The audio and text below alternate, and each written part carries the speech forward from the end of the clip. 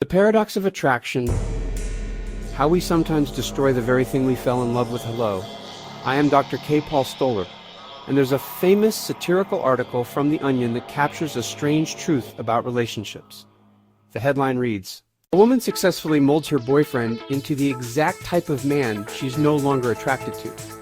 A simp, a man who is excessively attentive or submissive to someone in whom they are romantically or sexually interested."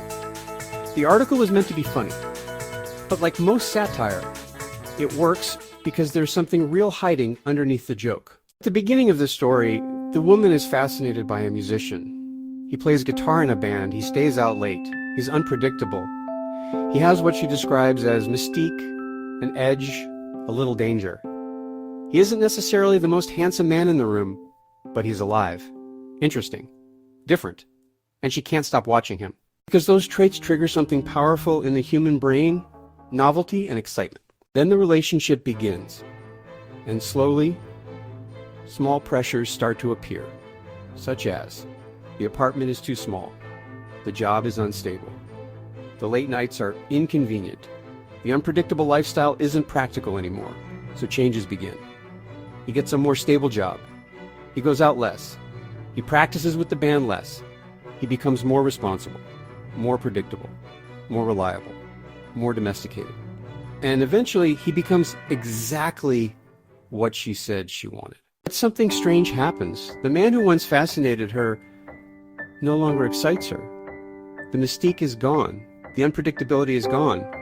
The spark that made him magnetic has slowly disappeared. And now she looks at him and thinks, he's just ordinary. This joke highlights a deep paradox inside long-term relationships. The qualities that often create attraction in the beginning are independence, risk, mystery, creative energy, unpredictability. But the qualities that sustain long-term partnership are often the opposite: stability, predictability, responsibility. Routine, reliability.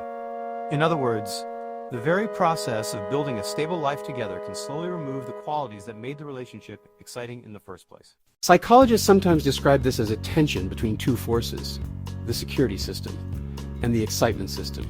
Security requires familiarity. The safe harbor phenomena: predictability, safety. Excitement requires novelty, challenge, a sense that the other person still has a life and energy beyond the relationship itself. When one side dominates completely, attraction can quietly fade. The lesson hidden inside this joke isn't that relationships inevitably kill attraction. It's that attraction requires something many couples accidentally eliminate: individuality, the ability for each person to remain slightly mysterious, slightly independent, still growing, still interesting. Because the truth is, people rarely fall in love with someone who is completely predictable. They fall in love with someone who feels alive. But there is a twist to this. Many women turn their men into a simp, because if he was recognized as an equal, it might rub her ego the wrong way. It is a form of cowardness. You have created a relationship that demands nothing of you because your ego is terrified of being in a relationship that would cause growth. So you are bored, but that is what you created. An equal would see through your mask. An equal would challenge you. And that is the ego's worst fear, so you turned your partner into an unequal simp as a human shield to protect your ego. How is that working out for you, as Dr. Phil might say? My point is, there are always reasons under reasons, and no one has ever fleshed out the reason behind the reason women turn their male partners into boring simps. Being bored by one simping partner may be a reflection that not only have you not done your inner work, but you want to protect yourself from doing your inner work. Many a woman who has left a good husband have learned this lesson after the fact, but after the fact is too late.